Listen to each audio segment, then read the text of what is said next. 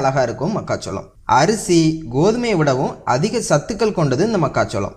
மக்காச்சோளத்தில் பார்த்தீங்கன்னா sodium, potassium, phosphorus, magnesium, புரதம், நார்ச்சத்து, கார்போஹைட்ரேட், கால்சியம் என ஏராளமான சத்துக்கள் இதில் அடங்கியிருக்கு. இவ்வளவு சத்துக்கள் அடங்கிய மக்காச்சோளத்தை உணவில் சேர்த்து சமைத்து சாப்பிட்டு வர என்னென்ன நன்மைகள் நமக்கு கிடைக்கும் மற்றும் குணமாகக்கூடிய நோய்கள் என்ன அப்படிங்கிற பற்றி தான் இந்த வீடியோவில் பார்க்க போகிறோம். ஸோ மிக மிக பயனுள்ள இந்த வீடியோவை ஃபுல்லாக பாருங்கள். அதுக்கு முன்னாடி நீங்கள் இது வரைக்கும் நம்ம சேனலை சப்ஸ்கிரைப் பண்ணலன்னா வீடியோக்கில் இருக்கிற ரெட் கலர் சப்ஸ்கிரைப் பட்டனை கிளிக் பண்ணி சப்ஸ்கிரைப் பண்ணிக்கோங்க. அப்படியே பக்கத்தில் இருக்க பெல் பட்டனையும் கிளிக் பண்ணிக்கோங்க. நாங்கள் எந்த வீடியோ அப்லோட் பண்ணாலும் உங்களுக்கு உடனடியாக கிடைக்கும். சோளத்தில் அதிக அளவு மாவுச்சத்தும் நார்ச்சத்தும் அடங்கியிருக்கிறதுனால காலை உணவுக்கு ஒரு சிறந்த உணவும் கூட.